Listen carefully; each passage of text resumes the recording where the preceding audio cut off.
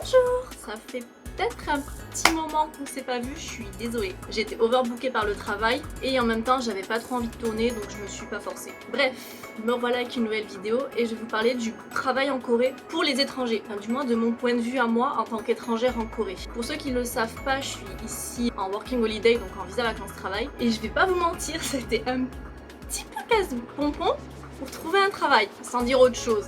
Au début, je voulais pas faire un peu comme tout le monde, parce que généralement quand les étrangers ils arrivent, le truc qu'ils vont faire c'est aller travailler en guest house. Et généralement quand tu travailles en guest house, t'as ta chambre en guest house. Et moi quand je suis arrivée, j'avais mon appart. Donc ce qui faisait que si j'allais bosser en guest house, j'allais pas avoir tant d'argent que ça. Donc au début je cherchais dans les restos, etc. Bon j'arrivais pas parce que clairement je parlais pas assez bien coréen.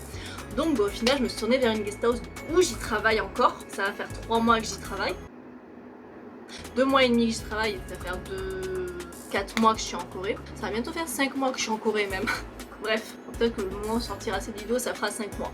Bref, pour le travail en guest house par exemple, généralement en fait, vous n'avez pas de salaire. La guest house vous offre une chambre avec, si ça dépend, parfois t'as le petit déjeuner, etc. Mais généralement vous avez une chambre, donc pas de salaire ou un salaire très minimal. Ce qui est entre 100 000 won et plus gros, je dirais 250 000 si vraiment la guest house vous paye très bien. Mais on va pas se le cacher, c'est assez rare, hein. C'est même impossible. Bref, moi dans mon cas, je suis payée plutôt bien pour bosser en guest house. Mais il faut savoir qu'après en guest house, les boss sont assez exigeants. Du moins pour mon cas c'est ça, et avec les personnes avec qui j'ai parlé qui travaillent en guest house aussi, c'est le cas également. Après ça dépend peut-être. Je parle de mon point de vue et des points de vue des personnes que je connais. Parce que la guest house, ce que vous avez à faire c'est du cleaning, donc du ménage, refaire les lits, faire les salles de bain, etc. Et parfois vous avez les check-in à faire des guests. Les guests sont pas forcément tous hyper gentils. Et parfois même aussi quand vous avez les chambres à faire, vous pouvez avoir certaines surprises, genre des chambres mais dans un état monstrueux. J'ai déjà eu un cas où ça faisait 3 semaines que je travaillais à la guest house et j'avais des guests qui sont partis et ça faisait un mois qu'elles étaient là et la chambre c'était un capharnaüm. Je crois que ça se dit comme ça. Normalement, moi j'ai entre 20 et 30 minutes pour nettoyer les chambres en fonction de la taille des chambres parce qu'elles sont pas toutes égales. Selon que ma guest house c'est plus comme, ça marche plus comme des Airbnb vu que c'est 5 appartements dispersés dans Hongdae, plus vers Yeonnam, mais bref, voilà, ça change. Et donc là, genre j'y ai passé une bonne heure et demie, clairement. Ensuite, les autres travails qu'on peut faire, il y a le travail en restauration. Moi j'ai un deuxième travail depuis un peu plus d'un mois, un peu moins d'un mois, je pense que ça va faire un mois, bref. Au moins on sortira cette vidéo, ça fera plus d'un mois. Et je travaille en restauration dans un restaurant indien à la station de Samkachi, si je le prononce bien, je suis pas très sûre. Il n'y a aucun coréen dans le staff du resto, le manager est indien, les deux patrons, il y en a un qui est indien et qui est américain.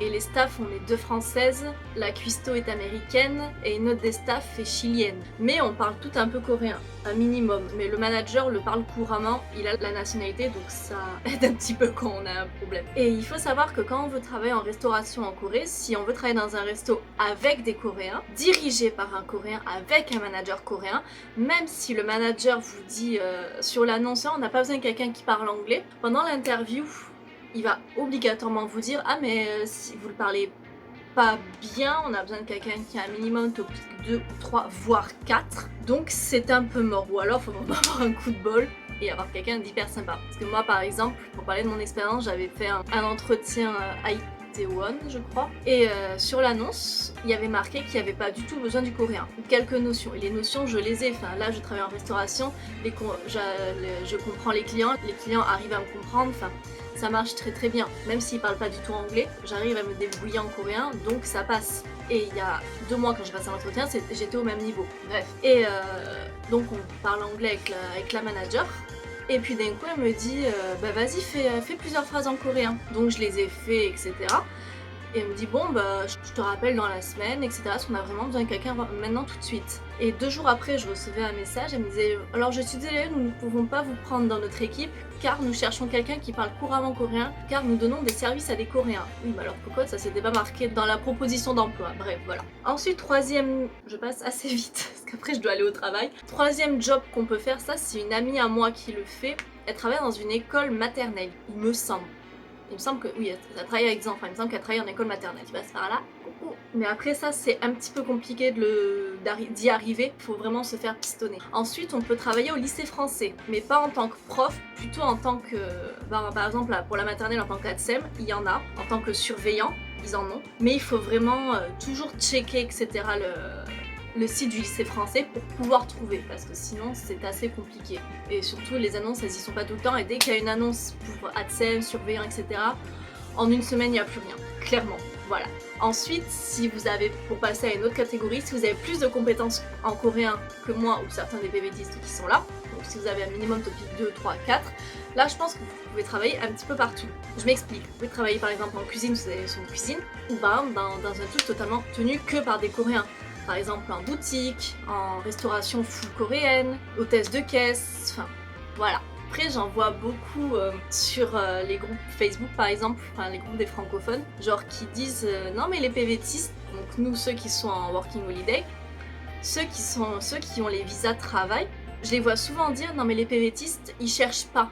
Ils trouvent que c'est compliqué mais ils cherchent pas. Mais si vous saviez à quel point on cherche, à quel point c'est la merde pour trouver. Parce que c'est bien de bosser en guest house au début, mais les économies elles durent pas 36 000 ans.